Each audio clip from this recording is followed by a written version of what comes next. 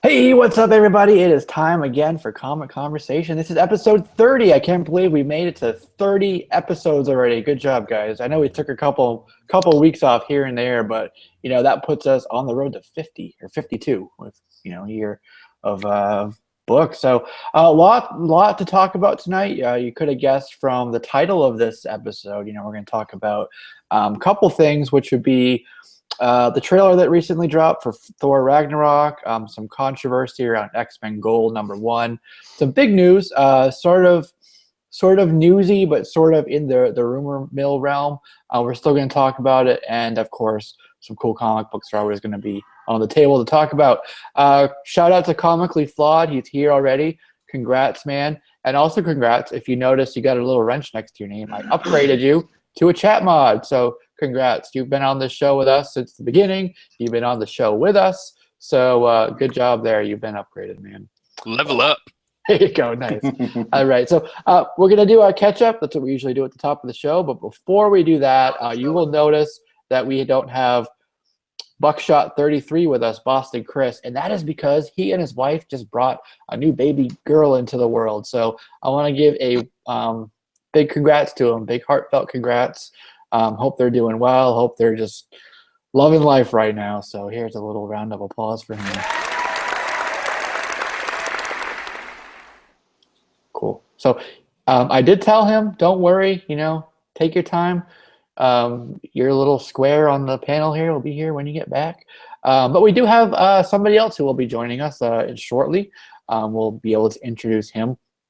And what we usually do is the catch up, so let's go ahead and get into that. How have you been, Edwin? I'm good. Quick shout out to Buckshot 33. He had himself a little buckshot.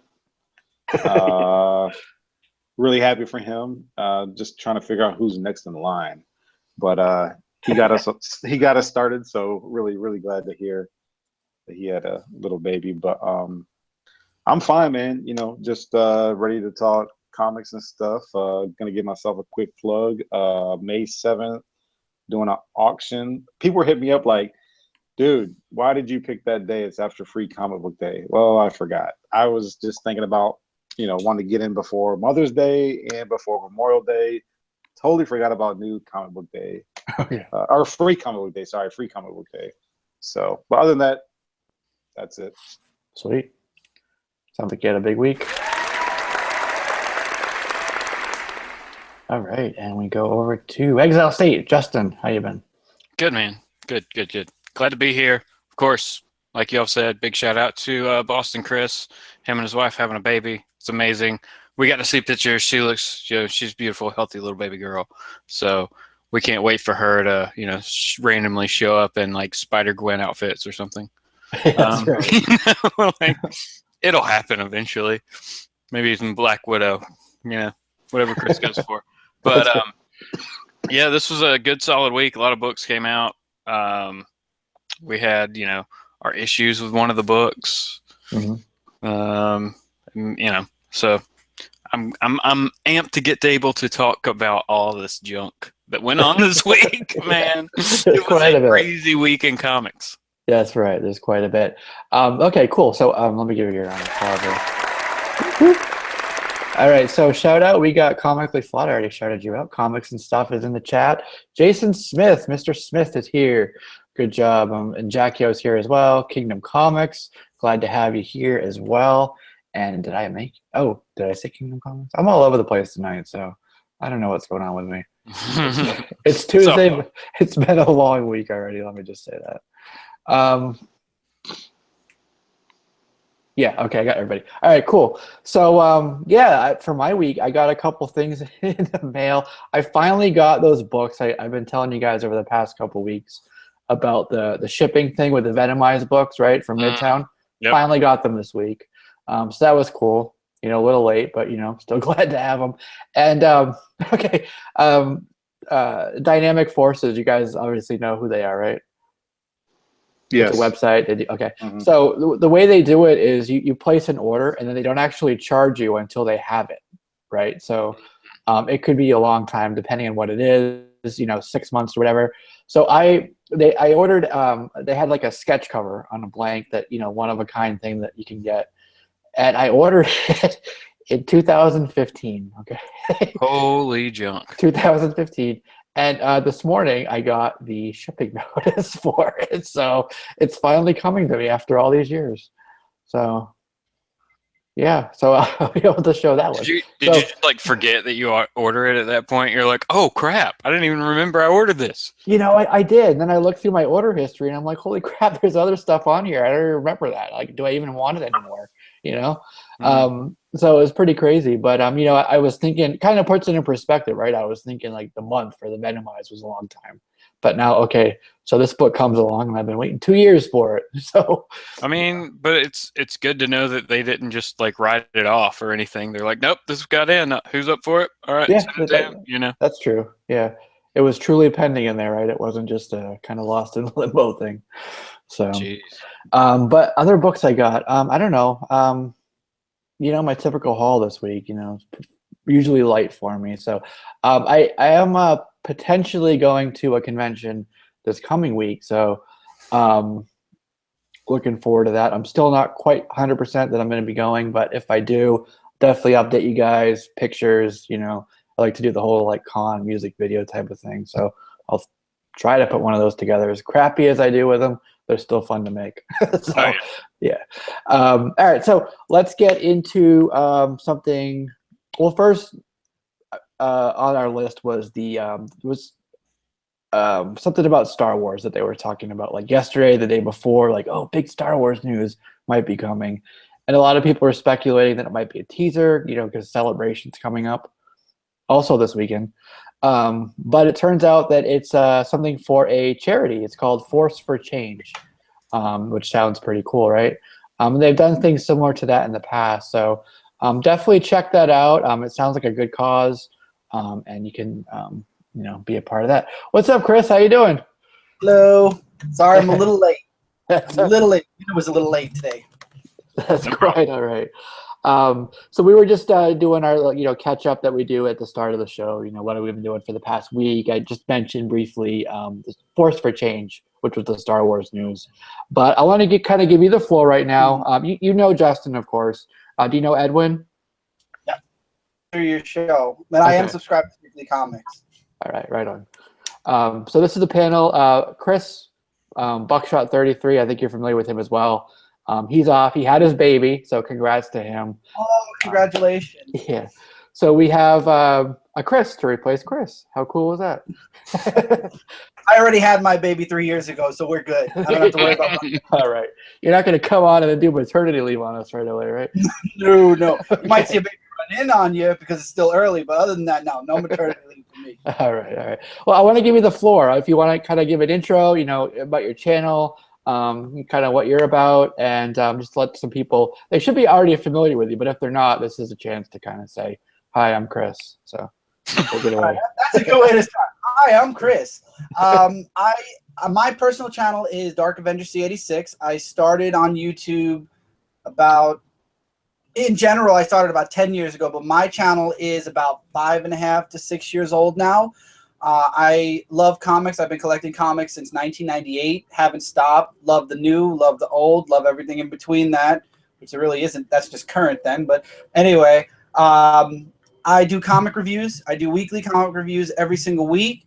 I am also a co-founder and member of a group called ComicFrontline. We started as Dark Avenger Inc. About 3 years ago. Then we transitioned into ComicFrontline, and that's who we are today.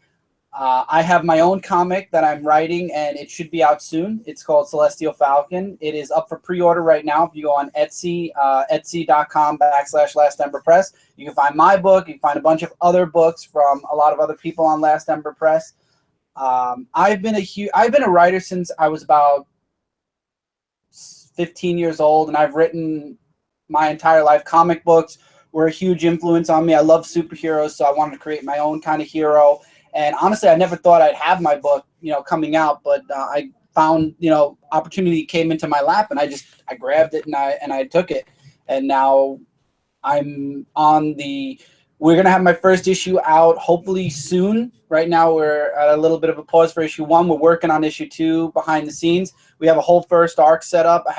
I've written 36 stories since I was 15 all the way to now. So there's a lot of material that I have to translate from. I used to write in a screenplay-esque form. So now I'm translating it into a comic book script form. I have a great artist. His name is Lucas. He does amazing work. We are going to be unveiling soon. If you're a patron on Last Ember Press, you already saw the full hero costume. But if not, once it's fully colored, we'll be doing a reveal of where the book is going to be going.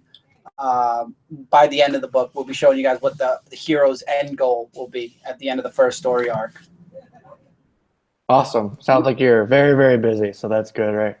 I try to get busy. I work till 7 in the morning, so yeah, I'm up until about. I get to see. If you listen to some of my videos, you'll actually hear the morning birds chirping because I'm recording while the birds are chirping in. The rooster's waking up the neighbors, and you're already like, wide awake, right?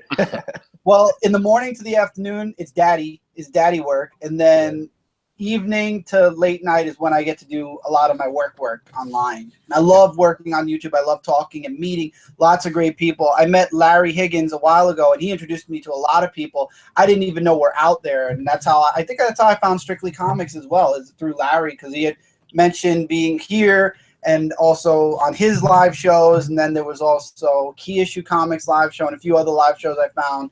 So that's how I started finding other people. Yeah, cool world. It's bigger than we think it is when we first get into it, right? You find a couple channels and then it kind of like spreads from there, and it's pretty cool. Yeah. Well, when I started, I think that was when the comic community first started on YouTube, and there was like 20 of us, 15 of us, and that was it.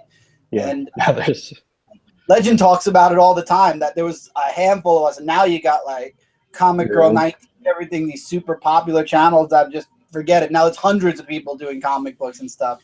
Right. Which is a great thing that so many people are talking about it. But at the same time, you got to kind of work a little bit extra to put yourself out there. Well, yeah, that's the whole thing is there, like Chris just said, you find so many new people. You don't realize there are so many other people that probably are just like 1 or 2 channel hops away from yours, Yeah, Exactly. it's true. Yeah, very true. So I did something, Chris, I hope you don't mind. Kind of too late though, but last week we did a trivia. We had a contest where we were asking some people some questions. It was a lot of fun, and we had Comically Flawed actually who won that contest. So that's the announcement for that. Follow up on that. So the winner, and I'm pre-ordering 2 of your books, Chris. The winner is getting 1 of your books, the first issue for your book. Okay. Oh, awesome. So I hope when he gets that, he'll do like, a review or a spotlight on it, kind of as sort of a trade-off there. But that's the prize, and congrats to Comically Flawed for winning the trivia. So I hope you don't mind that I did that. I kind of took that upon myself. Okay. No, not at all. I hope he enjoys the book. I really do. I look forward to hearing you talk about it. All right, cool. All right, right on. So let's get into the trailer that dropped, Thor Ragnarok. I know you guys saw it. Give me your thoughts on it. I only watched it 5 or 6 times. Yeah, right? Yeah. Okay. I fanboyed the whole time. But, I'm a Thor fan. So, I loved it. I loved it, especially when the Hulk came out and he's like, "That's my friend. We work together." And that's like, no, he ain't your friend anymore. Well, that was the thing, though, is when Thor says yes, that's like all of us saying yes to seeing the Hulk. So it's like you instantly connect. You're like, "Yep, I'm in. They got my money." I like that it has more of a cosmic feel to it. It's brighter, and us not being on Earth and not being on Asgard for a large portion of the movie will be a nice change for Thor films, I think.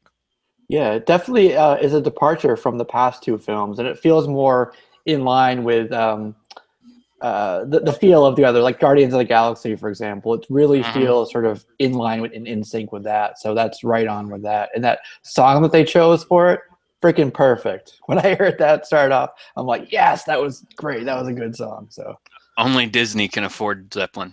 Yeah, that's right. And Hela looks great. Hela looks amazing. I love the way they did her character. They got her in the full helmet too. That was, I mean, if you ever thought you were going to see something like that is as comic book as you get, her helmet, and it's in the movie. Yeah. It's awesome. And they told her, they're like, move real slowly. Don't move fast. I told somebody on the left or right while they're filming. That's right. Yeah. And, you know, as cool as, you know, the visuals were, as awesome as it was to see the Hulk, you know, all this stuff, the biggest wow moment for me was when she caught the hammer. Mjolnir, or however you pronounce it. And it just shattered. I was like, holy crap. So are we going to be seeing Thor as Odin's son after this from now on, or is he going to get the hammer back? That's what I want to know. That'll be interesting. I don't know. It may just be like all an illusion. Yeah, that's true, because Hela can do that. Could be, yeah. You know, they could do it that, or you know, we could get a little bit of the unworthy Thor, and he actually get the hammer, you know, in the next movie or something like that. I don't know if they would have Thor go up against Thanos without his hammer in like Infinity War, you know. Yeah. So I would think he would have to get it back at some point. Yeah. Or Doctor Strange gives him the axe that he has. The mythical axe. Bjorn or something like that. Isn't that Bjorn? Yeah, something. Jabberjockey. But I like that they added the cosmic into it, because it segues into the next Avenger movie also, because they're going to be going into space.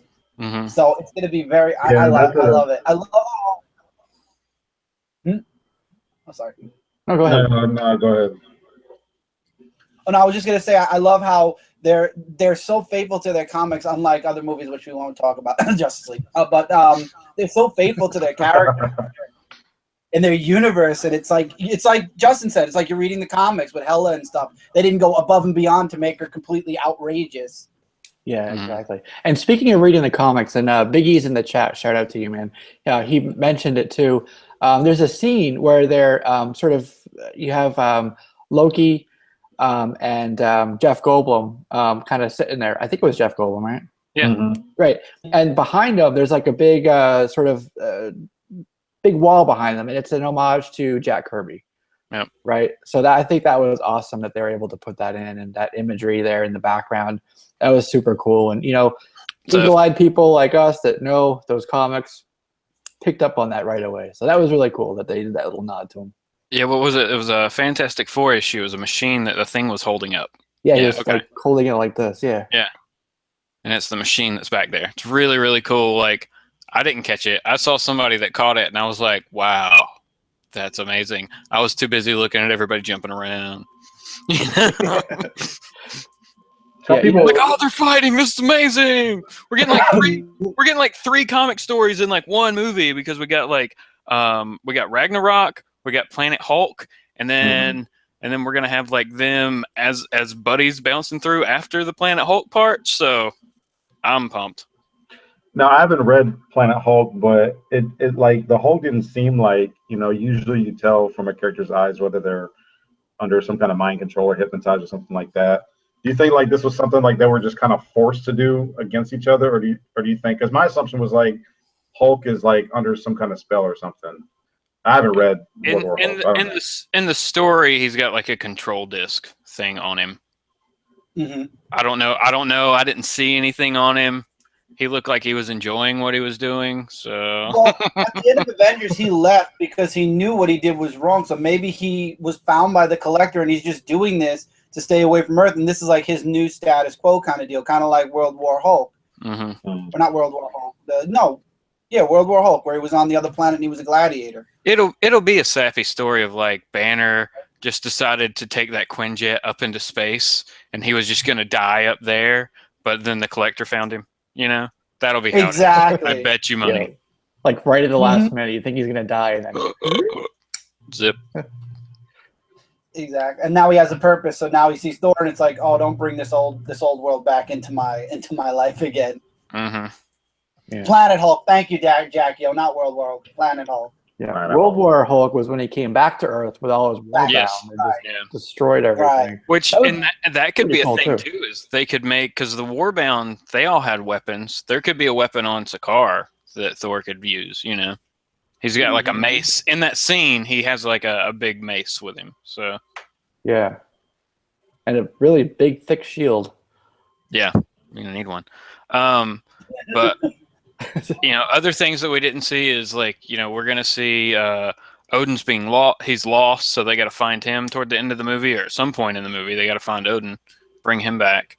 And then, do you think that we're actually gonna see Asgard rebuilt, or is it gonna remain Ash? That's a good question. Well, I mean, is she going to pull all the Asgardians to hell? And, I don't know. If they die in battle, wouldn't they just go to Valhalla anyway? I don't know. If they die, then they would. But if hell is involved, then I don't know if that would still apply. Yeah, I don't know. Somebody who is a Norse mythology historian needs to let us know. It's like, where's the what Norse are the rules here, man? Because if you think they're going to be focusing on Thor being captured by the Collector, and then you're also going to have to deal with Hela now taking control of Asgard because Thor is gone and can't protect Asgard anymore. It's going to be interesting how they divide the film up between those two things, and maybe Thor will come back and defeat Hela, and they'll have to rebuild Asgard. I don't know if we'll see it back to where it was, but maybe we'll see them rebuilding by the end of the movie. Well, maybe they all die, and then when Thanos starts using his gems, it starts resetting things. Yeah. But here's the other thing: is the introduction of Hela gonna take the place of Mistress Death? I think for so. Thanos. I think so. Yeah. Is that who he's gonna be after instead, or trying to impress? Hey, I'd be after her. Well, yeah. She has antlers, but I mean, hey, can you blame him? You're like, it's okay. I like emo. You're fine. I got a big glove. You got a big hat. We're good. We're a good couple. That's right. Our children might have big boots. No, that was OJ.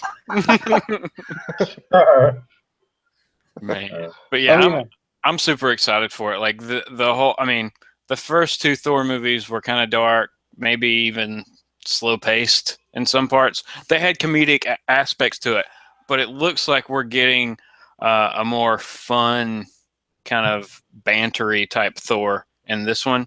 Yeah, it's like a buddy comedy. Yeah, exactly. Like it just has a really like fun feel to it. So I'm excited. Yeah. Yeah, I think I'm more excited to see this one than I was with the other two because I mean I'm not a big Thor fan, but I've seen all the. I know. I'm sorry, Justin. I'm sorry. I mean I've seen all the trailers, but when I seen this trailer, I was like, and I don't know if it was the music or what, but I actually got really excited about this film after seeing this trailer. So really looking forward to it. Yeah, absolutely. A couple of good points in the chat. I just want to shout these out. First of all, Buckshot 33 is in there. How you doing, brother? He said, don't forget about Loki. I'm sure he plays a major part in the date of Asgard. Absolutely, yeah. He had a big, his own scene, a couple scenes there in the trailer. So that tells you he's going to play an important role. And then Big E said he believes in the comic lore. If an Asgardian dies in the underworld, Hela can claim their soul. Which is true. Yeah. So, thank you for that clarification. I'm not a super deep Thor fan. I'm not a super deep Thor fan either, but I have read certain stories and I've been following the movies and I know a lot of mythology and stuff like that. So that's how I know about Hela. Okay, gotcha. Yeah. Well, yeah, but that's if they die in the underworld. But what if only? Yeah. So if they die defending Asgard, they should still go to Valhalla. Right. So all she would be gaining would be the destruction of Asgard, which is probably all she wants. Now, another theory that came in is in the books, Hela's Loki's daughter. Oh, yeah? Yep. Oh, yeah. Hela's daughter. So that could be another angle that they play on at some point, or not at all. But that's an interesting tidbit there. Yeah, that is interesting. That kind of puts a little different sort of spin on things. Yeah. But, all right, cool. CeeLo said he wants to see Beta Ray Bill. I think we all do. Yeah. I would love that. That would be awesome. All CGI, but it would be awesome. I'd have a big fanboy moment if I saw Beta Ray Bill. I would be extremely happy.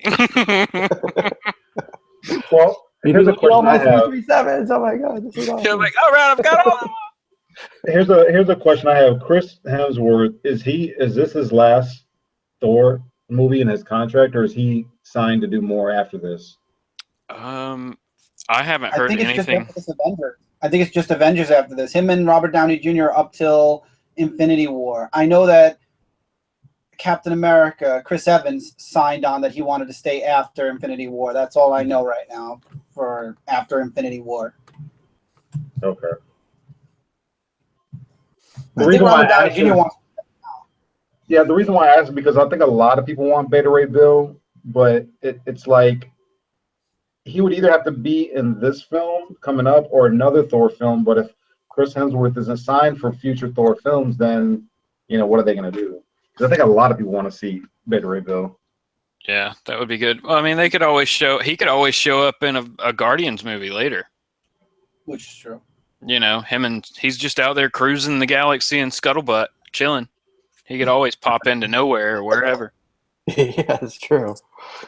Hell, you think we'll see the Guardians in this movie? Because you got the Collector. It is cosmic. Maybe they'll save Thor. I think they'll be mentioned. I don't think we'll see them. If we see anything from Guardians, it'll be like a villain. It'll be one of the bad guys. I think they'll do some name dropping. Mm-hmm. But I think they're going to save them, like you're saying, for Infinity War. Like a lot of the other elders. Who was it that they name dropped in Doctor Strange? Living Tribunal. That's right. Yeah, the Living Tribunal. So, they put the name out there. They made a point of it. So I think he's got to show up at some point.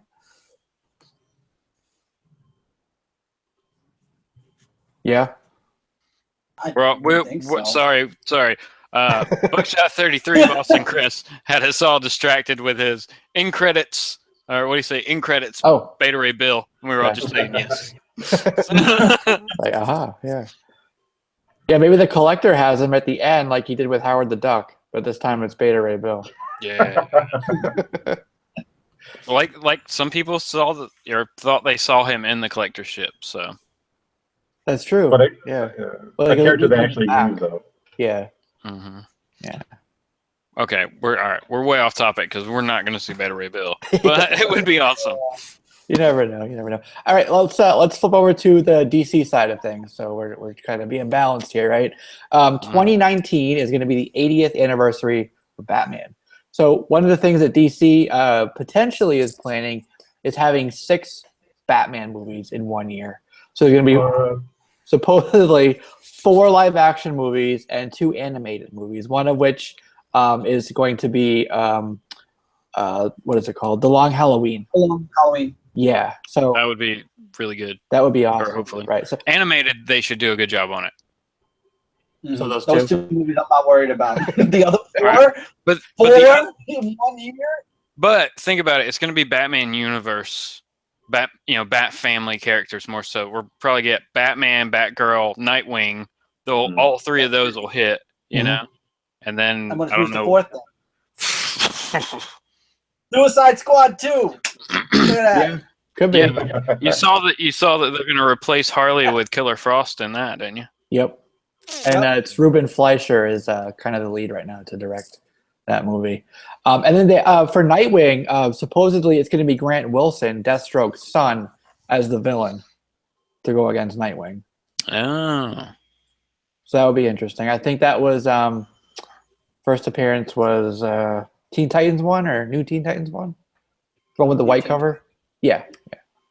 I think it's New Teen Titans. I'm not sure. I'm not well versed in New Teen Titans, but it's about time Nightwing got a movie.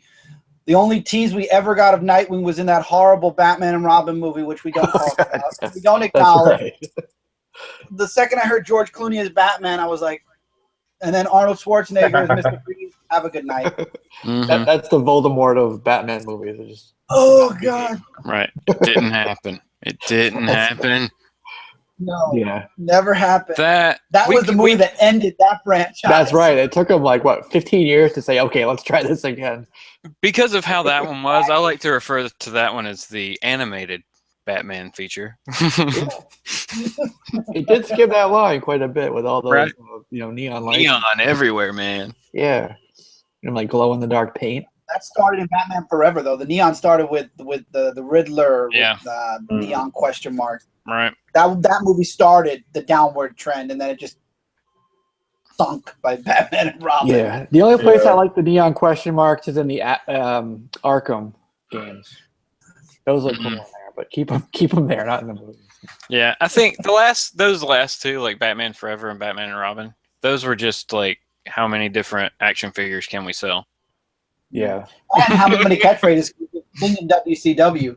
Yeah. Riddle me this. That was he said it better than Riddler. Sorry. Who's afraid of the big black bat? Exactly. And then you see him lifted out of the trench coat. That's right. But oh my God, that Bane was horrible. That was just Oh my God! comic book. Oh adaptation. God. I'll say this. I just saw maybe about a month ago the animated Batman versus Robin, where they had the introduction of the Court of Owls. Yeah. That was really good. I watched it, but I had no idea that it had the Court of Owls in it, and they did such a good job with that. To me, with the exception of the Killing Joke, I don't feel like DC can really go wrong with their animated movies. Mm-hmm. Yeah, much stronger than their live action universe. Although there was a lot of controversy around the Killing Joke. I've liked every single movie up until Killing Joke. I own it. I'm looking at it right now. I have not watched it yet. I've watched every single other anime, and even though I don't like the New 52, I'll say that the movie itself was good, but I'm afraid to watch the Killing Joke. If you just fast forward the first 15 minutes or so, then you'll be fine. Yeah, they purposely put in some controversial scenes, you know. Yeah. Batgirl and Batman. Yeah. That was like the only issue I had with it. Yeah. Let's add to this classic story that everyone loves. Let's add something to it. It's already controversial enough. Let's just take it over the edge. Yeah, but watch it, but skip like the first 20 minutes, first half hour, and then you're good to go. And you're into like the regular story. Meat of the story, yeah. Yeah. So so we talked about briefly the Suicide Squad 2. Killer Frost is going to be there. One of the other things I wanted to mention is Shazam. No longer possibly on the table. And instead of having a separate Black Adam movie, they're going to be moving him over to be the villain for Man of Steel 2. So what do you guys think about that? You guys buy your Shazam 1 and 28s, and now you're shaking your heads? Or Can we start over? Man, can we just start over? It's a smart move because a lot of people aren't familiar with Shazam. But definitely they can make a good villain for Superman. Because I think what they're doing is they're saying, okay, we crapped this whole Doomsday thing. Let's try to readjust and redeem ourselves a little bit. Yeah, I think they're kind of changing to make the focus more, like we were talking about it last week, make more of the focus on the Batverse versus, Zack Snyderverse. So this is part of that whole change, over to that, I think. So I think you were going to say something, Chris? No, I just Zack Snyder does not like Superman. I've watched Man of Steel. I've watched Batman v Superman, and the symbolism's in he killed Superman by the end of Batman v Superman because he doesn't know how to do Superman. That's just my opinion. I didn't care for Man of Steel, and it had more to do than just the neck snap. There was a lot that I did not like about Man of Steel in general. And then Batman v Superman, I held my thoughts until I saw the uncut version. Cut version did nothing for me whatsoever except annoy the hell out of me. So I really personally, I don't like where they went with Man of Steel. Batman, I have hope. Suicide Squad, I haven't watched really most of it yet. And Justice League, I like Aquaman. The more I'm watching Jason Momoa as Aquaman, I just like the character. I mean, it's not Aquaman, but at the same time, I like the character that he is playing. So, yeah. I don't know. I'm not digging DC's movieverse. It's just not like the Marvel one. Marvel is, you can relate the characters to the comic. With DC, it's like dark. Everything is Batman. Yeah, and that would be a problem for them doing a Shazam film because it's a 12-year-old kid becoming a man superhero.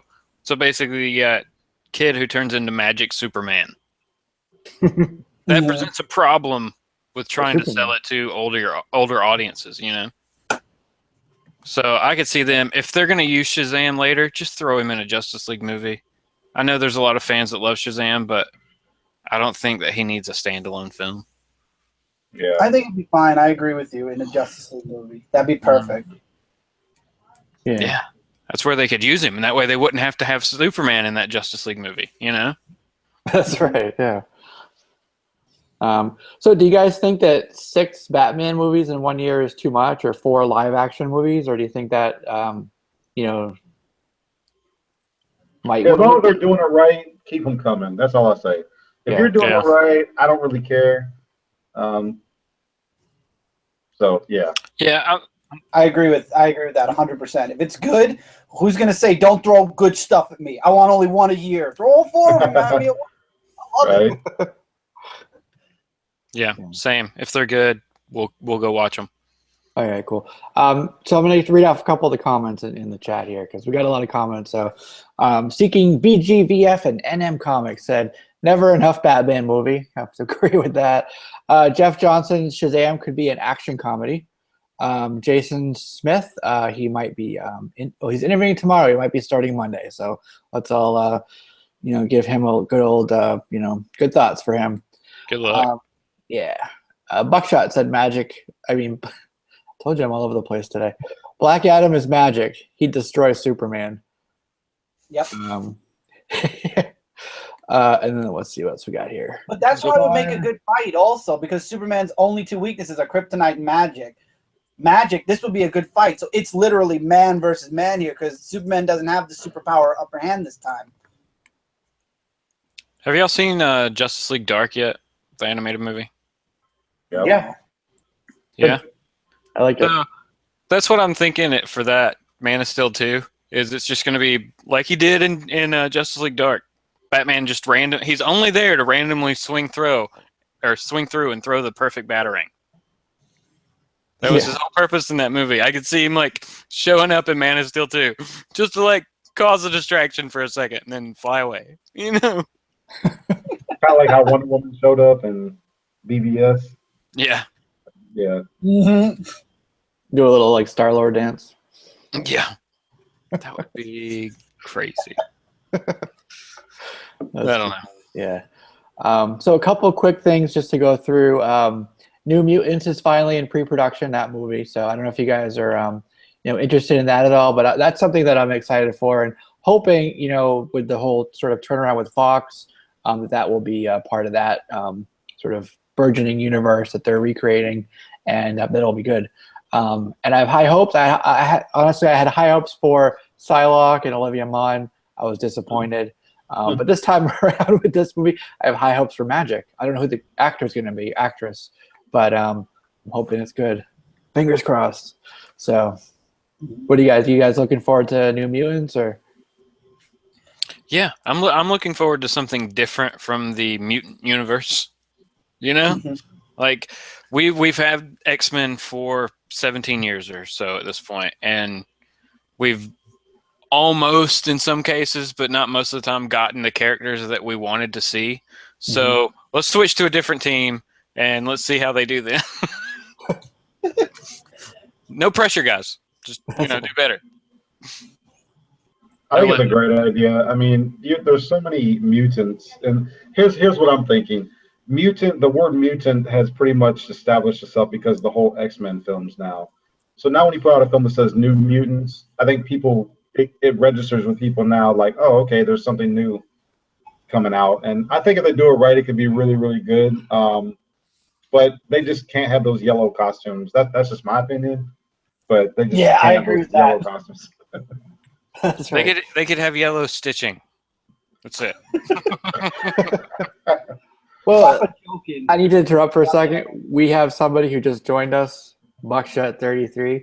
How in the hell are you? And what are you doing on the show? That's Daddy Buckshot. Yeah.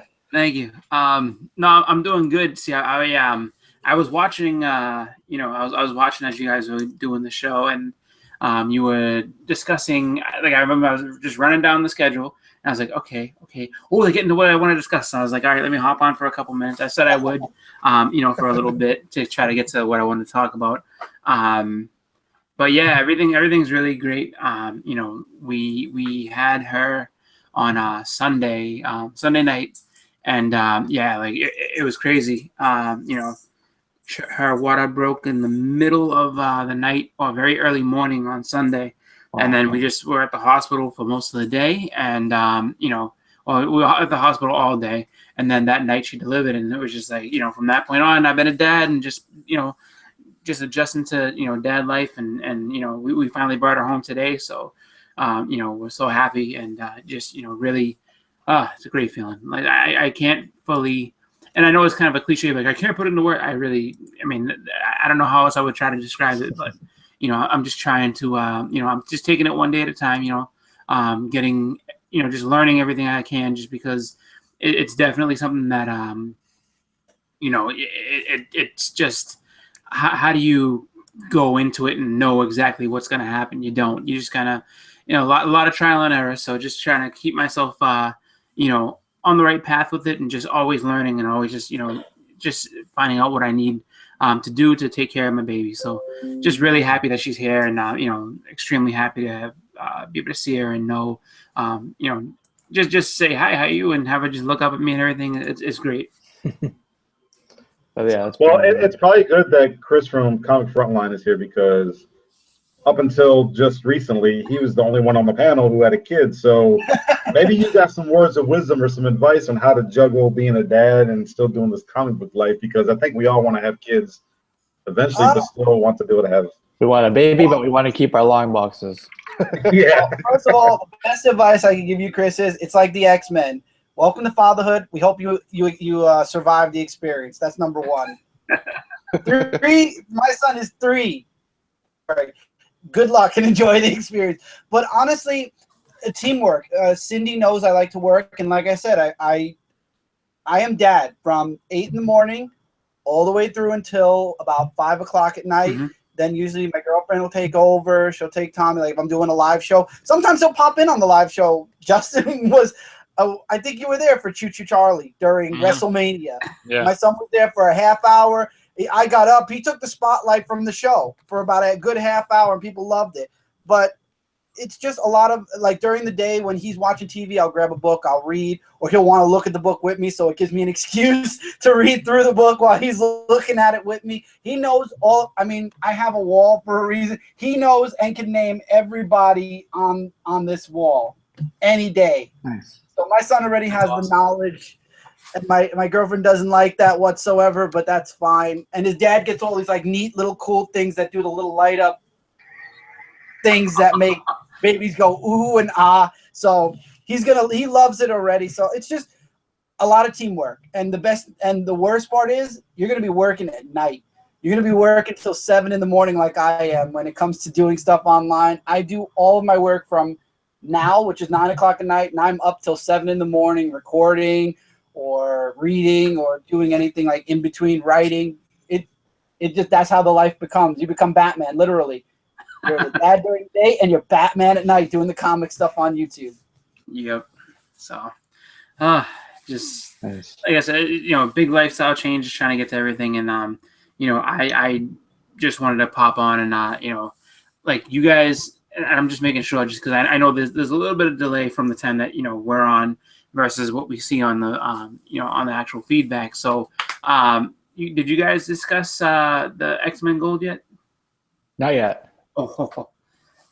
Like that was the only one that got me out. I was like, yes, I gotta just talk about this. Okay. Well, I'm going to pop off soon, so if you guys want to talk about that first before I have to pop off, because I'm going to be setting up soon for Frontline's live show. That'd be great. Yep. I don't know if you guys go straight on the agenda. Yeah, I mean, we kind of bounced around a little bit here, but yeah, usually we go through, pretty much down the line. But yeah, so quick thing first, Big East, Chris, Buckshot. Let me just clarify what Chris is talking to. He said, remember to show as much excitement for the baby as you do for your comics. Oh, yeah, absolutely. So, yeah. It's just for the last 2 days, and it's been awesome because, being in the hospital and everything, just kind of, getting used to it. It's been all about her. So it's just like, every last little thing. Like I know and a lot of people like, oh, the best is when before they're talking. I can't wait. I can't wait to have a conversation when it's like, hey, have a yell hi back, and just all that. So it's gonna be great. I'm definitely looking forward to it. Yeah. All right, cool. So actually, let's do a couple quick things first, and then do like save the X-Men Gold for last. So next week is the Valiant Summit. There's going to be some cool things coming out of Valiant in the near future. Some more Divinity stuff. There's a Harbinger Wars #2. So look for that coming up in the near future. There should be some pretty cool announcements from them. And then we're also getting another. I think it was the #1 graphic novel, right? For quite some time, it was Deadpool Kills the Marvel Universe. You guys, I'm sure you're familiar with it. So they're doing another one, Deadpool Kills the Marvel Universe again. It's really getting oversaturation with Deadpool. As much as I like the character, it's just too freaking much already. So you guys want to kind of share your thoughts on that briefly? Does anyone else think he's starting to get a little boring? I mean, honestly. I mean, I don't buy Deadpool. Do with the guy. I don't care. You know, I mean, I love Deadpool. He was one of my favorite characters throughout, the 90s, and then when he got his own book. But oh my god, just like if there was he's such a weird character. Last year, our entire company was like, you know what? Here's the horse. You just ride it on through Deadpool. It's just, I know for me, it's just like I've had enough of him. I don't. He's not that strong of a character to be putting this much emphasis on. I think everyone younger than us likes him. Which is, That's a good point. That's what it is. I think that's what it is. It has to be. That's probably just that they fell in love with those two. I mean, those two are the Wolverine of this generation. Like, that's it. The only way I'm going to read this new book is if it's a time travel thing where he's jumping like behind himself or in front of himself from the first story and killing people a different way. Okay. That would be interesting. That's it. Yeah. The only way I'm reading it. That's not it. I'm not reading it. Didn't he jump through reality and kill all the writers and everything too that like actually wrote the book at the end of it? Yeah. Yeah. Mm-hmm. There've been lots of Deadpool kills everything. Yeah. And there's been a lot of time jumps with him. Like he did a Split Second with Cable. He did Secret Wars where he went back and he was actually the first one to wear the black suit. And he took it off and gave it to Spider-Man. Oh, the Back in Black? Yeah. So, I mean, I don't know. I just feel like it's sort of typical Marvel to take a good IP or a good idea and just run it into the ground, and then blame us for it. That's right. Right? You're not buying our books, guys. It's your fault. They're all going to be $5 too. Yeah.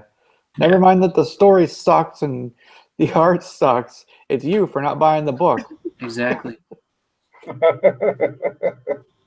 Like, they got to find.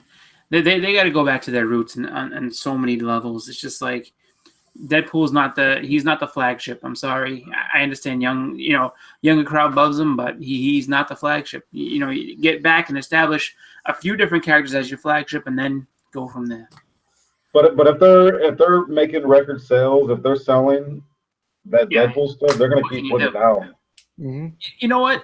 That's and J-Rox actually said Moon Knight kills Deadpool.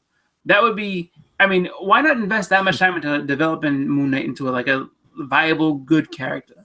That would be awesome. But I mean, I don't know. I really don't know where the actual, line is going to be. Do you know how many Deadpools go to Comic-Cons? Do you know what kind of riot? Oh yeah. Would start if Moon Knight killed. New York Comic-Con had a Deadpool train. They had a Deadpool train going through the whole front of New York Comic-Con. Yeah. So it was painful. It was painful how many people were in that train. Greg Horn just put something on Facebook where he was talking about who does it better, because there's obviously a lot of Harley Quinn too. So is it Deadpool or Harley Quinn? And then somebody, I think it was what you just mentioned, Chris, somebody was talking about this massive swarm of Deadpools, and they actually had Rob Liefeld in the middle of it all. Oh, yes, they went to Rob Liefeld's booth and they did a dance around going, one of us. I was there when they were filming that. It was like, oh God, I got to get out of here. That's pretty funny, actually. No one's saying he's not a fun character, but I think he, they've really just kind of gone past, the boundaries of good taste with him at this point. Agreed. Yeah. That with the comics especially. Guys, I'm sorry. I'm going to have to pop out. I got to go set up for a few things on ComicFrontline before tonight. But it was wonderful to be on here. hopefully, if I'm welcome back, I'll be back again. Hopefully. Yeah, absolutely. Right, You're always welcome back. So great to have you. First appearance here, guys. So download this episode, save it. It's going to be worth something. Be on a live show with everybody. I think, Jesse, this is our first. I know it's my first with Edwin and Chris. So it was great being on live with all you guys. Hopefully, I'll be on again soon. Likewise. Awesome, man. Good to see you. Have fun with your show. Take care. Yep. So if you guys don't know, or in the chat if you don't know, he hosts his own live show as well on Tuesday night. So that starts a little bit later than we start. It's on the ComicFrontline channel. So good stuff over there. They talk a lot about comics and stuff. So definitely check that out. I vouch for that. Absolutely. So there you go. Oh, Comically Flawed goes. So I guess nobody's getting Deadpool Punisher tomorrow. So And I just responded, nope. That's a good assessment. No, I mean, It did not make I think the character. I think the cover's kind of cool, but Punisher versus Deadpool. Okay, who's gonna die out of the two of them? Neither one of them. No reason to buy it. True. Well, because it'll be a team up by the end of it. Okay, this year so far, let's put it this way: from 2016 to 2017, how many team ups has Deadpool had? oh god. He's had with Deadpool, Spider-Man, Deadpool and Gambit for some reason, Deadpool versus Thanos, Deadpool Punisher. I mean, so why not just bring back Marvel Team Up and just have Deadpool be the main character, just team him up with other people? Yeah. Every issue, like that, I could probably go for. That wouldn't bother me so much. But they'd be one shots. They wouldn't be like a long ongoing, so they'd be easier to exactly. buy. You just get around to where you see a character that you want to see Deadpool teamed up with, and then just buy it. Yeah, I mean that's what they used to do with that book and Spider-Man. It was always Spider-Man and somebody. Spider-Man and somebody. Like, who so wants that would be cool.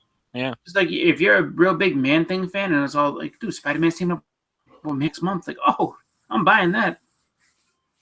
But all right, there. So there you go, Marvel. There's your suggestion from the show. Right. Send me my check in the mail. It's free. Right. I'll give you that one for free. Yeah, we'll take a no prize. And if it doesn't sell, you can blame me personally. Blame. Throw my name out there. Buckshot 33 said do this, and it's just like, you know what? I'm good. Let's go. Like, yeah, I'll take all the heat for it. It was all my fault. Right. I told him to do it. Deadpool and Squirrel Girl, no. I do not like Squirrel Girl. No. Deadpool and Contra would be fun. That would be fun. But she would beat him because she's unbeatable. True. It's right in her title. I mean, you can't argue with that. She is unbeatable. She beat Thanos and Galactus. Yeah, didn't she make Galactus cry? I know she made what's his name? Dr. Doom scream. Like, she made him scream like a little girl. Yeah. So that's kind of embarrassing. Now you tell me who the most powerful character is in the Marvel universe. Squirrel Girl. Oh man. All right. So let's get into it, guys. Yes. X-Men Gold, #1. First of all, did everybody read the issue? Yes. Yeah, I didn't read it fully. I saw all the controversial stuff, and I was like, wow, that's pretty hardcore. Yeah.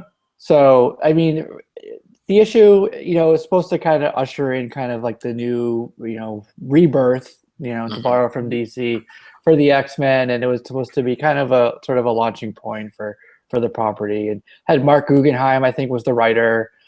There's 3 artists, I think, on rotation for the title. Yeah, so it was this guy Ardian Syaf. I forget who else, but I know Ken Lashley was on. Yeah. And he chimed in on this as well. Honestly, the artwork was mediocre to me. Story was pretty good. Mark Guggenheim did a good job on the story. The artwork wasn't bad. It was just sort of middle of the road. It wasn't what it needed to be for your flagship X-Men title. Mm-hmm. Exactly. Like this is your X-Men book, and you know that X-Men books will sell if you do them right, and it wasn't done that way. Exactly. And there's been a lot of controversy with Marvel about diversity, or should there be diversity? Should there not be diversity? Marvel wants to blame us, the readers, the collectors, for not buying the books and saying it's our fault, but we're saying no, we want diversity. That's cool, that's fine. Give us diversity, but give us quality at the same time, right? And all right in the middle of this guy, Ardian Syaf, goes and has to put into the book references to some, I'm just going to call it hate speech. It's some hate speech. You look on one of the pages, it's one of the first pages. There's a 212 that's right on the wall, but I don't have it queued up to show you guys. I apologize for that. And right on the dude's shirt is a 51. That's a direct reference. And he was just trying to be slick about it and pass it by the editors. Hope they wouldn't notice it. And honestly, I don't think any of us would have if this didn't come up. But somebody did. Somebody did on his social media, and he thought it was funny. He thought he could get away with it, and he just was sort of coy about it and was like, shh, don't tell anybody. It's funny. But it was hate speech. And everybody is up in arms about it, and rightfully so. And he backpedaled. He's now saying, no, this wasn't about, hate speech. It wasn't about how we should hate Christians. It wasn't about how we should hate Jewish people. It was about something about love and acceptance. I really forget what it was. I apologize for that.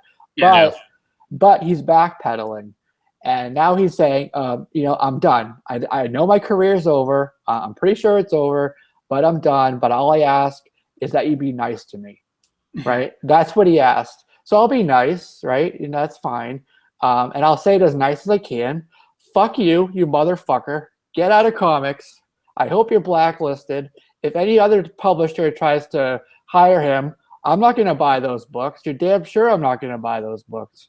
So that's the nicest way I can say that. And, he's a pussy. He's a coward for, you can have what you want to say. That's fine. Like, I believe in freedom of speech, and there's limits, right? There's, I think it was the Bill of Rights where the, freedom of speech in there, but there is a clause for, to a certain level where it's, inciting imminent danger or imminent violence against people. That's not acceptable. The whole cliche about, I think it's, you can't falsely shout fire in a crowded theater. Isn't that what people quote a lot? Can't shout fire, can't shout help.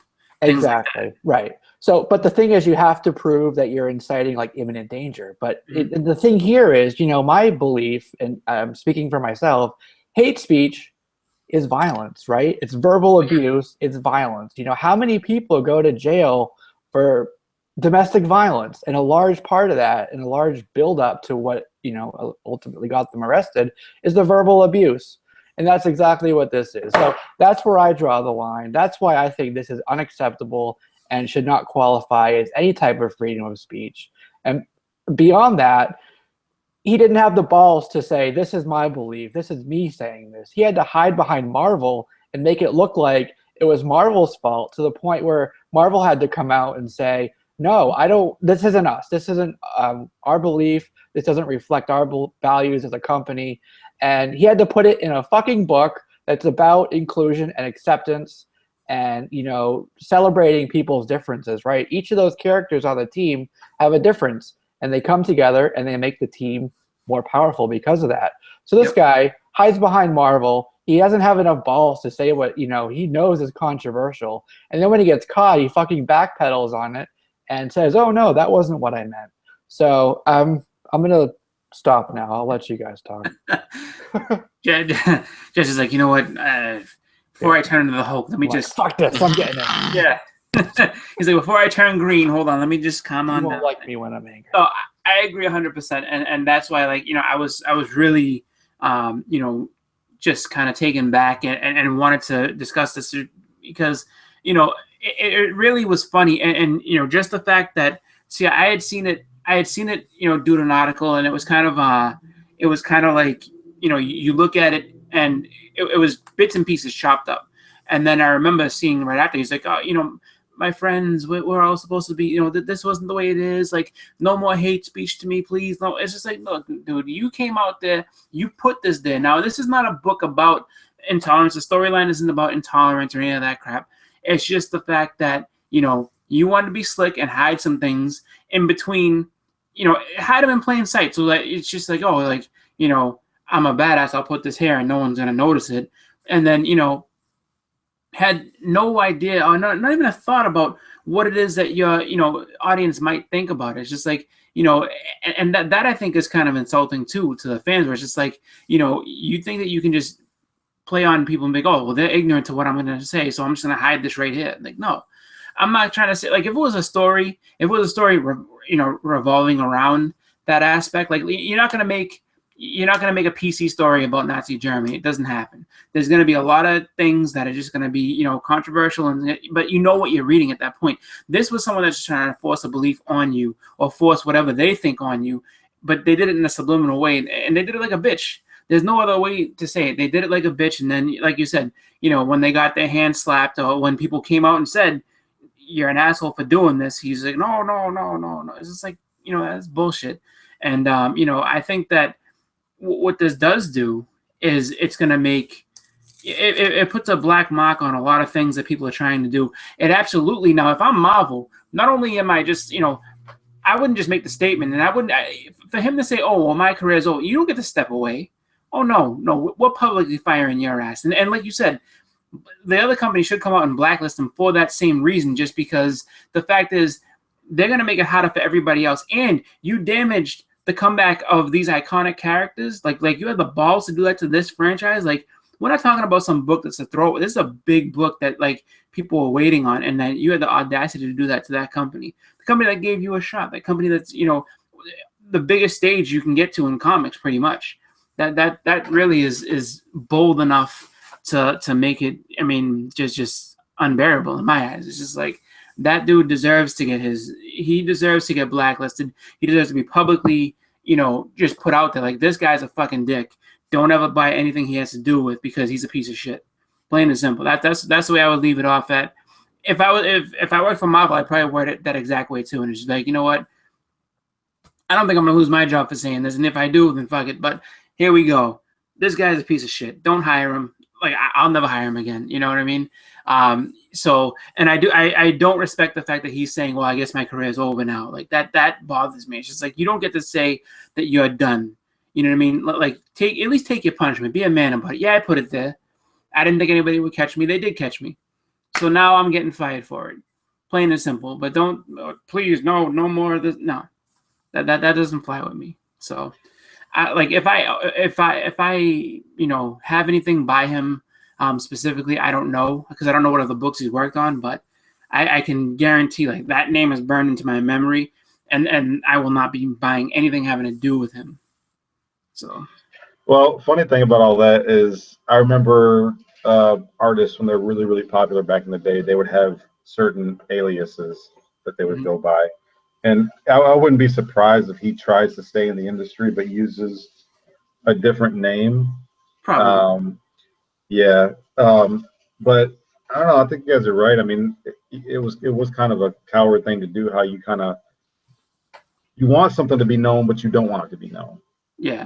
You want people to know that you're doing something, but you don't want people to know if there's consequences behind it. I mean, it reminded me a lot of how I remember hearing Jim Lee talking about how, because they're in front of a pad and paper all day, that a lot of times they would just have fun with their artwork, and they'd throw in, like, their daughter's name or something like that, and secretly put something in their artwork so that they could go back later and look at it. And this was not very cool, but you have to look at, and I don't want this to get into a political discussion, but you have to look at what mainstream media is doing. They are openly trying to push the Quran and Islam and stuff like that onto you, and we're not only but 16 years removed from 9/11, so it's quite a turn. Where is it coming from? I have no idea, but I'm like, how do you go from the World Trade Centers coming down to now you want us to accept it? It just doesn't make a lot of sense to me. And I think because of that, he's influenced to jokingly put it in his artwork and stuff like that, and doesn't think much of it until this happens.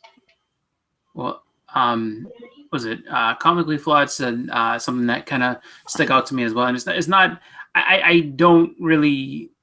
I'll say this much. So his comment was, Marvel's editors were definitely asleep at the wheel. And then Jackie said, the editor, the inker, the colorist, all for that matter. And on the one hand, yeah, you can see that. But on the other hand, I would say I wouldn't put it on any of them though, for the fact that you can't expect everybody to know every aspect of every, you know, every He sort of needs like to be accountable for his own actions. Yeah, Right. he needs to be accountable.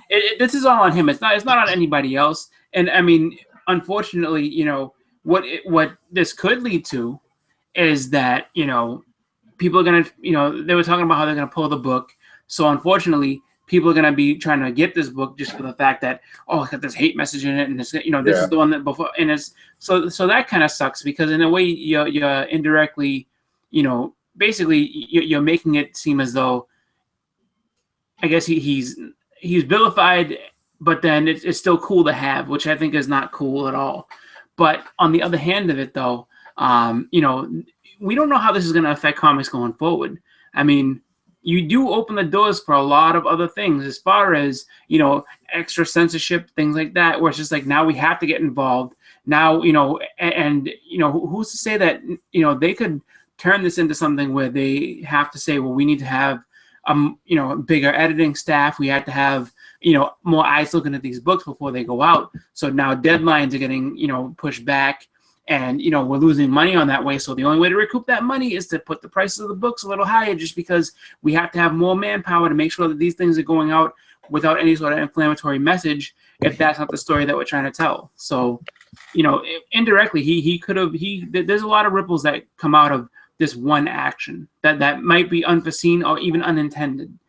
So I hope it doesn't go that way. And I really do think that, you know, that nobody else really, I mean, unless there are other people that fully knew exactly what he was going for with this, I don't think that anybody really should be blaming, you know, Marvel or any of the other rest of the team, you know, because not everybody knows exactly what the intent was with that information. But you know, I mean, if you go read those passages, there's little. It's not vague. It's very clear what the meaning of those passages is. Yeah. Oh no, I did. And he put it on that wall. He didn't put any what's the word I'm looking for? Any context to it. So he left it really open to interpretation, right? If he had wanted it to be about that politician from Jakarta, if he had wanted it to be about love and acceptance or whatever else, he should have made it. He could have put it in with some context to it and really eliminated some of that misconception, if that's what it truly is. Absolutely. Right. Yeah, but, and also remember, this person, they live in Malaysia. Mm-hmm. So they don't. I mean, so it is. You know, have they even ever had a face-to-face with a Marvel executive or anything like that, or did they just get hired over the internet? You know. True.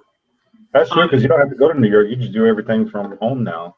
Yeah. Fax it over. You know, it's kind of interesting too. Like, you know, when you say put some context to it, like, I mean, if you wanted to put something like that, I mean, if you wanted to hide it and be kind of like, I guess, subliminal without being subliminal, I mean, obviously you'd have to, you know, work with the writer on this. You couldn't just do it and be like, oh, like, I'm just gonna put this here and hope, you know. But you could have had maybe like a zealot, you know, go ahead, spout that type of stuff, and then maybe have, you know, just a little blurb on the side, like, you know, wow, that's really rough stuff that guy's saying. And it's like, oh, maybe that's what they believe here. Or maybe, you know, you see an X-Men character, you know, one of the X-Men, just like, you know, that way of thinking is antiquated, man. You can't think like that anymore. Like something that at least puts it in the way of that, like, you know what this means is it could be bad. And, you know, in order to preach the message of acceptance and love that he's talking about, you have to have somebody confront it in some sort of way that makes it known that this isn't acceptable. But like you said, to just put it out there. And then I remember one panel, I guess it was like they show Kitty Pryde, and it's a jewelry store in the background, and he cut it off just enough so it said Jew right there. And it was just like, okay, that's and she's a character of Jewish descent, you know. And with the angle, he made it look like he was swinging the bat at her head too. Yeah, hit her in the face. It was just like, it was really like, I mean, it's one of those things where it's just like, you know, if you have the issue and you haven't picked up on these things, go back and check it out. It's pretty disgusting how they did that. Oh, how he did that, I should say. And all right, and here's the other thing though, is like he's already finished issue 2 and possibly 3. Yeah, 2 already went to print, so 2's coming out with him as the artist. Mm-hmm. I'm not gonna buy it. This has left such a bad taste in my mouth. I'm an X-Men fan. But I don't think I'm going to pick up any X-Men books for a while.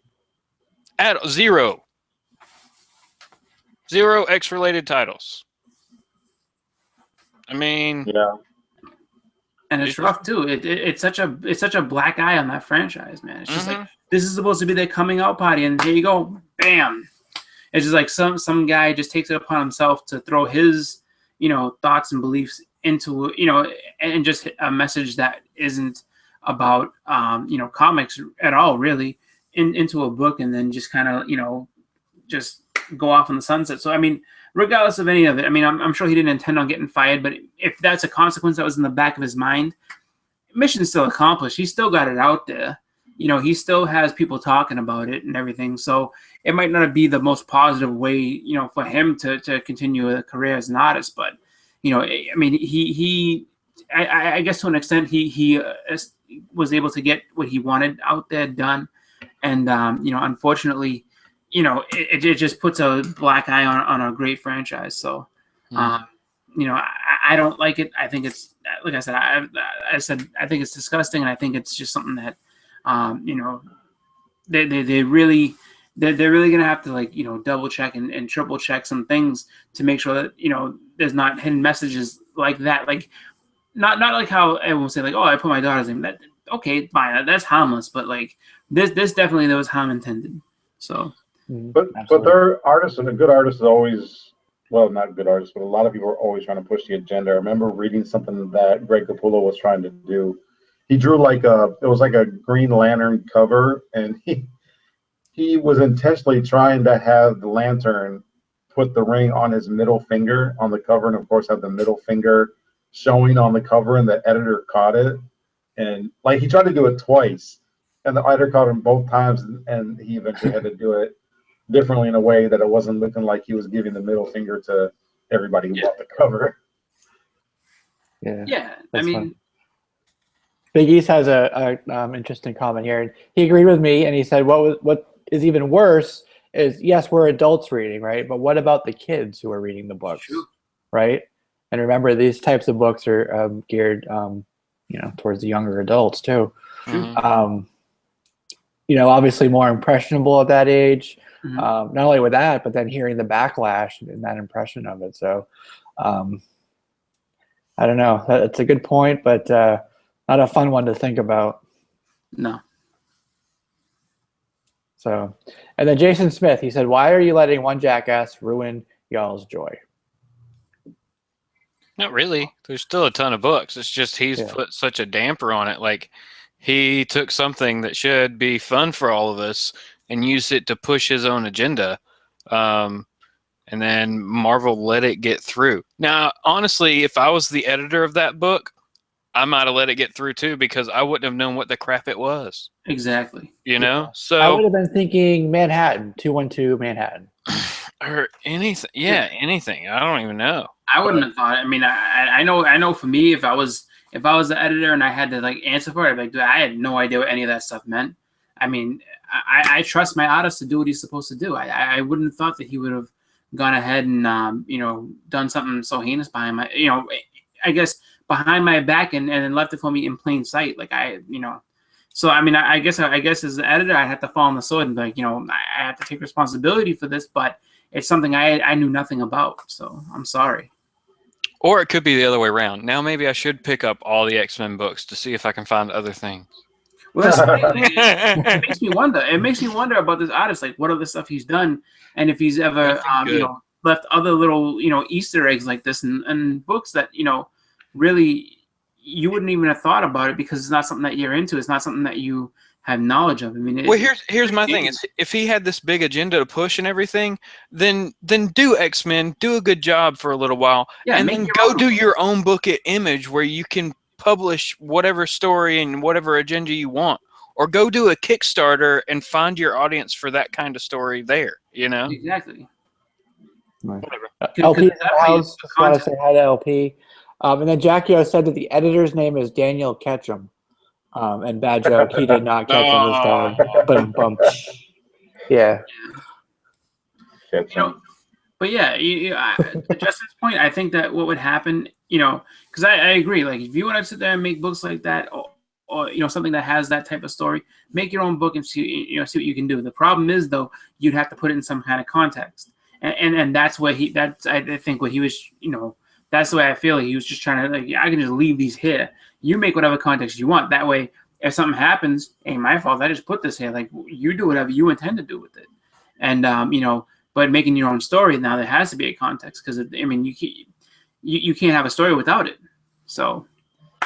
But I agree with Justin, man. I think that if you got caught, chances are you've been doing this. You just finally, it was just finally found out. That's usually the way it goes, like 90% of all. I'm just referring to criminal cases just because I worked in the prison industry for a while, and very few people went to prison for one incident that they did. It was usually their character, which caused a habit. And and everything that they did. So chances are you could probably look back or interrogate him, and he'd probably give you a countless list of pages and comic books that he had subliminal messages in. Yeah. Adam said he did some New 52 stuff. I was going to see if he can come up with any titles that he did, but I want to say I looked back over his his biography or his career. And I didn't see anything that stuck out to me as like, oh, I've got that book. It was really good. It looked awesome. Here you go. In previous works, and I'm reading from Bleeding Cool, citing my source. Take that as you will. Syaf has hidden political figures in the background. An issue of Batgirl featured a mention of President of Indonesia, Joko Widodo, popularly known as Jokowi, who was the previous governor of Jakarta. So that does set some precedent for this. He does have a history of hiding things. And it's confirmed. They showed an image of it too. So you're right. You're absolutely right, Edwin. He did Aquaman 15. See, nobody cares. Right. Man, oh man. Jason Smith said that the first issue is already up to $10. Yeah, well, you know what? They were mass produced, and you can probably find tons of them. They're gonna. I'm assuming from what I heard that they were gonna pull, a bunch of them off the shelf. So I mean, it's. I don't know. I mean, well, there was talk of a recall. I think that the print run was way too high for them to recall, but there are definitely some shops who opted to pull them off the shelf themselves. Yeah, but that didn't come down from Marvel to say pull the book. Yeah. So. I don't know. For me, I just say, you know what, this guy's a dickhead, and he should not be able to. It's not enough for me that he'd be like, oh, you know what, I'm just gonna step away from this right here, and this isn't for me anymore. No, you deserve to be publicly fired, plain and simple. Yeah, absolutely. All right. Well, I think that are you guys comfortable with having said what we need to say about this, or do you want to continue? No, I think we're good. Okay. Yeah. All right. And I think we're all on the same page here, and I think everybody in the chat is too. So I'm glad we got to talk about that. I'm glad I got that off my chest. Let's move on to new books for tomorrow. What do you got? Justin is our expert. If you guys don't know, and you should by now, he is the guy who does the new comic list for comic books. If you want the whole list, we're not going to talk about the whole list, but if you want the whole list, I know I keep saying whole list. Check out the website and his weekly articles. Take it to your shop and you won't go wrong. So I usually at this point kick it over to Justin because he's the one who does the list to start off this segment here. Okay. Well, since we just bashed the crap out of X-Men, we got two new X-Men books coming out this week. We got X-Men Blue and Weapon X. So two more X-Team books. I know we're not all excited for those. I was before all this junk, but it is what it is. Oh, one book last week though. Did everybody get their True Believers Giant Size X-Men #1? No, I went to the shop. They didn't have any. Oh, that hurt me. I wanted that so bad too. I've never been so excited for a $1 book in my life. That and X-Men #1, I was like, I couldn't find it to save my life. I was like, no. I finally get to read the story. My local shop guy's like, yeah, dude, those are gone. Like, those are gone Wednesday afternoon about 12:30. I was like, damn it.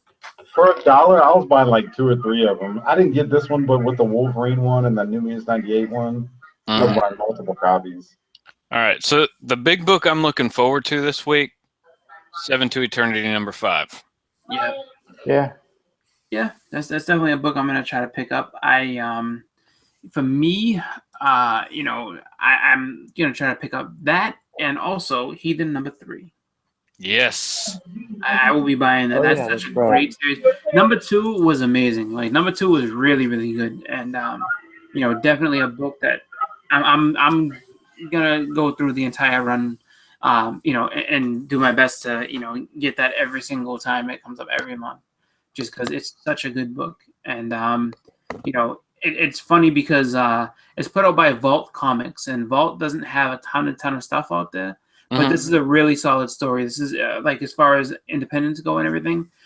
There's a lot of good books that are out there, but this is, I think, one of the best ones that comes out. Yeah, for sure. So if you see it, go get it. Get 2. Oh yeah. Buy 2. All the heathens. Yeah. Yeah, I mean, if you see Heathen 1, 2, or 3, get them, because I mean, basically they're already spoken for. If you see them in the shop, for the most part, if you see them on the rack, go get them, because it sells out every time. Like if you don't have it by tomorrow, you will not have it, guarantee you. Yeah. Yep. I bought a couple copies of Heathen 2. I'm gonna try to get 3 this time for Heathen 3. Greedy. Just keep going up. Dude, trust me, like that book is hard to find, and by the time it's just like by the time you get a chance to get one, if you see one potentially, it's few and far between. And if you check on eBay, some of those, depending on like when #2 first came out, and it was sold out and you couldn't find it anywhere, it was getting it was getting up there. It was I think like a $25 book at some point. I think it still is. Yeah. And for sure. I was just looking and I was just like, wow, this is this is crazy. Just seeing everything with all the hype. I mean, not even hype, but just everything behind it. Like I think they've already moved to a second printing or something like that. Like they did. It's pretty quick, and it's just like I guess the story has pretty much all been written, so they're just printing it out right now at this point. So if you see it, get it. Just don't forget the name Heathen. Right. If you're into that type of stuff, go for it. And it's a really good story. So check it out. Yeah. I'm looking for Grass Kings. That'll be good. Second issue's coming out. Grass Kings. You know it? Jeff Lemire. Mm-hmm. Oh. Yeah? Yes. Yeah. You'll know it when you see it. Just buy it.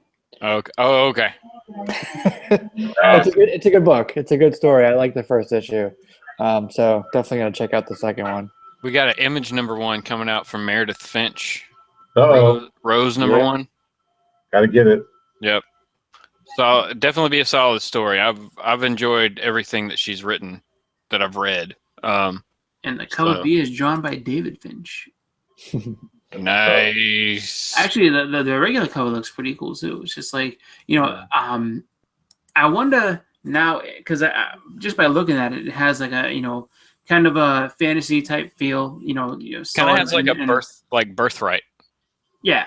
And the thing that's crazy is that I was wondering if that's going to be what they put in place of Reborn, because Reborn was really good, and I actually was very sad to see that it's only going to be a 6-issue series, so it's almost at a close. And it's like, oh, there's so much you could do with that story. Like I really do wish that they would. But that's the thing. I don't think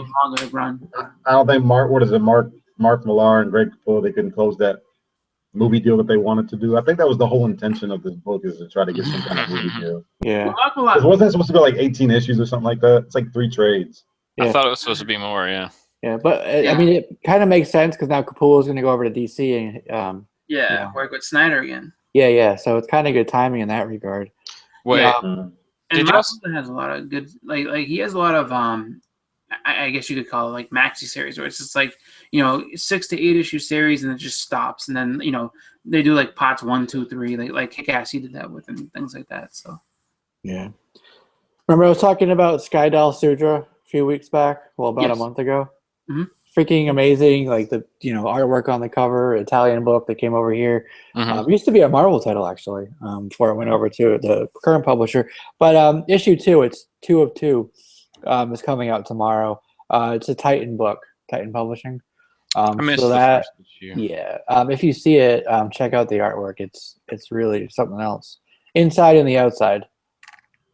It's delicious. Really Yeah, I remember I remember seeing like a preview for the cover of issue 1. It looked amazing, but sadly my shop had already sold out when I got there. Yeah.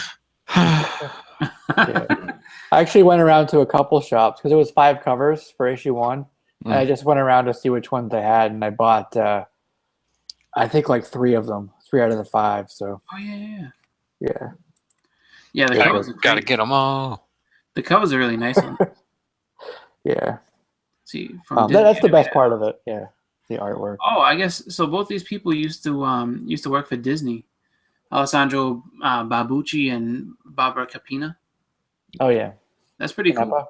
Yeah. Canepa, that's the one. All right, guys.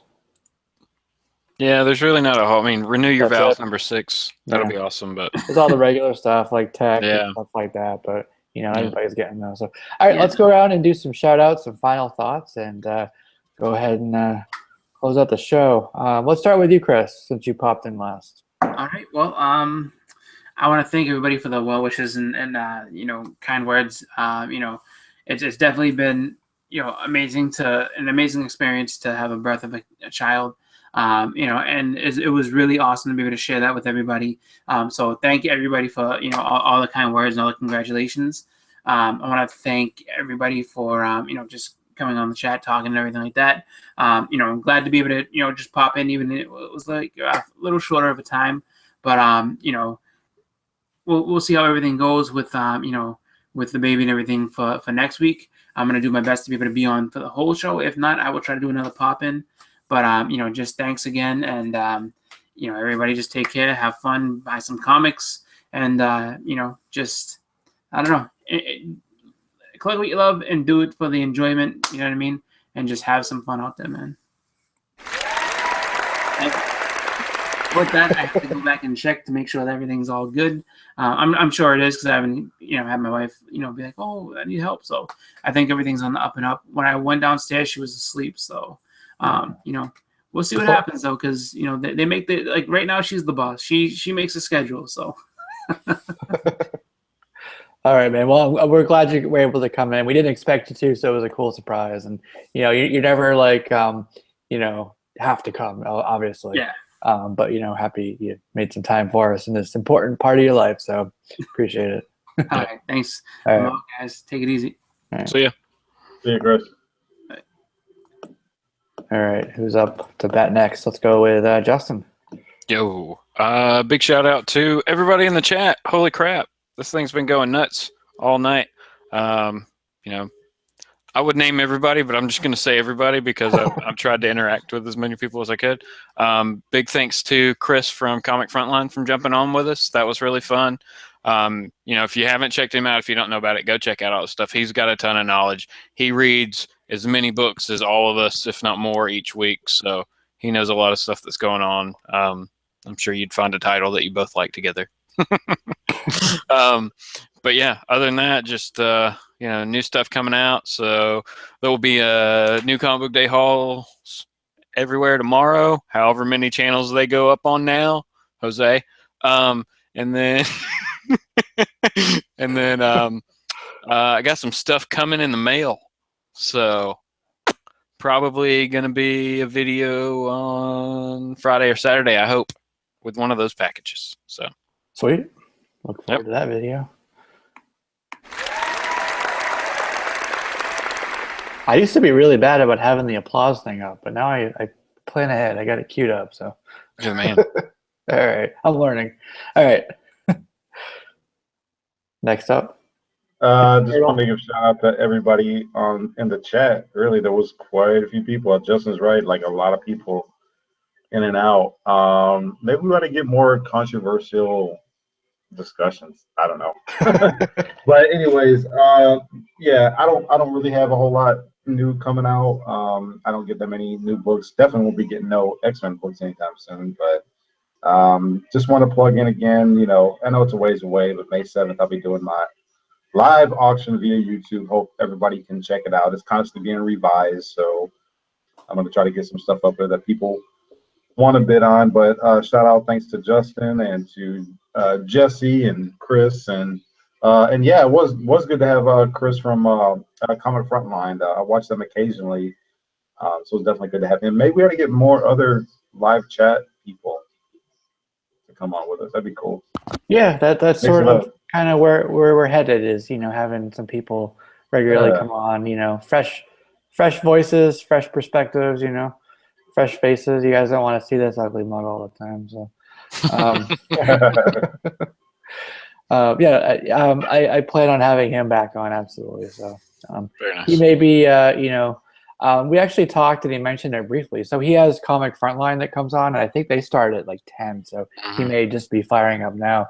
So this, you know, if he does come on and like it, and you guys like having him as, you know, and it works, potentially this could be like his pre-show for his show, as well as, you know, it being our main show, but kind of like a little sort of blending there. So that's down the road, you know, just putting that out there as something. We should all just go on the ComicFrontline right now.